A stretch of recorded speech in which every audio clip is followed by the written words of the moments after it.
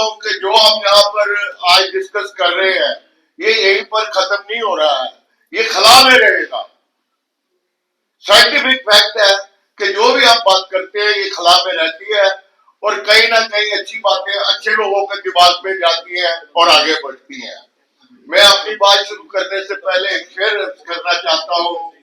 गुलशन को उजड़ने को तो एक ही उल्लू काफी था, अब हर शाम पे उल्लू बैठा है, हाले गुलिस्तान क्या हो।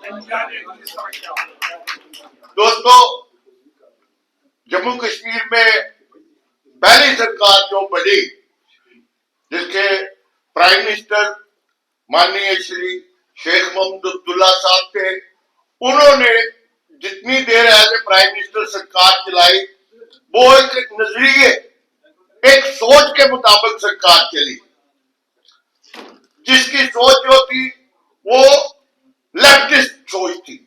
उसी को मद्देनजर रखते हुए शेख साहब ने जितने भी स्टेप उठाए उसमें आम मासिस की बात होती थी, चाहे वो फ्री एजुकेशन थी, चाहे वो मेरिट के ऊपर लोगों को रोजगार मिलता था या डेवलपमेंट की बात थी। लेकिन बदकिस्मती है कि जब उन्होंने लैंड टू टिलर किया तो पूरे हिंदुस्तान में खलबली मची और कांग्रेस के अंदर जो राजबाराशाही अपनी रियासतें गवा करके बड़े बड़े ओहदों पर बैठे हुए थे, उनकी आंखें खुली, वो चिल्लाए। उन्होंने कहा आज जम्मू कश्मीर में लैंड टू दी टिलर करके आम आदमी को जो नुमाइंदगी दी जा रही है उसका हिस्सा दिया जा रहा है। अगर हिंदुस्तान में ये लहर चली तो हम कहां के होंगे। और शेख अब्दुल्ला को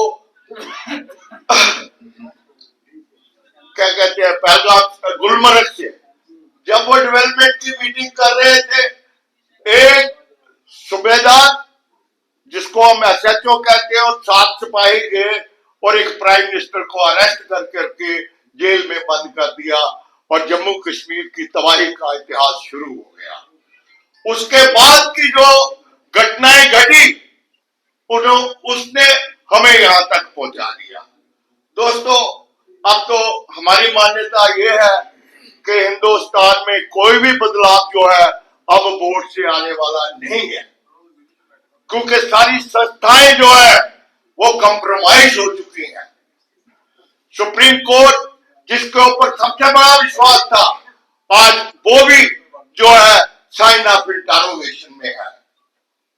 उमर खालिद आज 6 साल से जेल में बंद है और बिना किसी ड्राइव के, बिना किसी सबूत के उसे अंदर रखा गया हुआ है। अभी सुप्रीम कोर्ट में भी चली और देखो हिंदुस्तान का न्याय, उसको 1 साल के लिए बंद कर दिया, कहा कि तू अब बेल के लिए भी अप्लाई नहीं कर सकता है। दोस्तों, आज मैं आपसे एक बात कहूंगा, आओ मेरे मुस्लिम भाइयों खड़े होकर के एक नारा लगाते हैं कि अगर हिंदू राष्ट्र की बात है तो जितने हिंदू हैं हिंदुस्तान में उनको 50 रुपए लीटर तेल दे दो, जीएसटी हटा दो उनसे। 4.5 लाख लोग जो है जम्मू कश्मीर में पढ़े लिखे बेरोजगार हैं, उनमें से 1 लाख मुस्लिम लोग हैं, 3.5 लाख हिंदू है। जब 3.5 लाख लोगों को रोजगार दे दो तब मानेंगे कि आप हिंदुस्तान हिंदू राष्ट्र की बात कर सकते हैं। लेकिन नहीं, ये एजेंडा है। आज पूरा वर्ल्ड जो है कॉर्पोरेट की गिरफ्त में आ चुका है। कॉर्पोरेट हाउस में बैठ करके पॉलिसियां बनाता है। उसकी पॉलिसी है कि भाई ज्यादा प्रॉफिट और उजरत कम। स्कूल बंद हो रहे हैं, कॉलेज बंद हो रहे हैं, आज शनीर हो रहे। जम्मू में पिछले 10 साल से ये दौर चल रहा है। 3,500 स्कूल बंद कर दिए, हम खामोश रहे। अस्पतालों की ये हालत है कि जम्मू में मशरूम ग्रोथ ऑफ प्राइवेट हॉस्पिटलों की हो रही है। सरकारी अस्पतालों में जाओ, एक क्या कहते हैं एस्प्रिन की गोली अवेलेबल नहीं है। अब तो ये हालत हो गई है कि अगर किसी को ग्लूकोज चढ़ाना है तो वो भी बाजार से लेकर आएगा। यार हम इतने मरे हुए हो गए। यार देश देश शहीद भगत सिंह, राजगुरु सुखदेव का देश है, ये महात्मा गांधी का देश है, ये सुभाष चंद्र बोस का देश है। आज हम खुदग्रस्त हो गए। एक साथी ने अभी बाहर खड़े थे, उन्होंने बात बताई, औरंगजेब ने मुर्गे के पर खींच खींच के उतार दिए, उसको नंगा करके पीछे फेंक दिया और वजीर से कहा ला यार दाने दे दे। वो पीछे पीछे दाने फेंकता था और मुर्गा पीछे पीछे चल रहा था। आज हमारा समाज इस जगह पहुंच गया है। ये लोग कौन है जो सेपरेट जम्मू की बात कर रहे हैं? ये लोग कौन है जिन्होंने मेडिकल कॉलेज बंद कराया? ये नंबर 2 के 370 वाले हैं। शाहिद साहब कह रहे थे कि ऑपरेशन सिंदूर चालू है। यार जब गोले पड़ना शुरू हुए, ये जितने लोग थे, ये जितने एमएलए, ये जितने बड़े आज हिंदू राष्ट्र की बात करने वाले, ये सब शिमला और हिमाचलों में भागे थे। अगर जम्मू कश्मीर में कोई रहा गया था तो मजदूर, किसान और जो एकता की बात करने वाले थे वो रह गया था।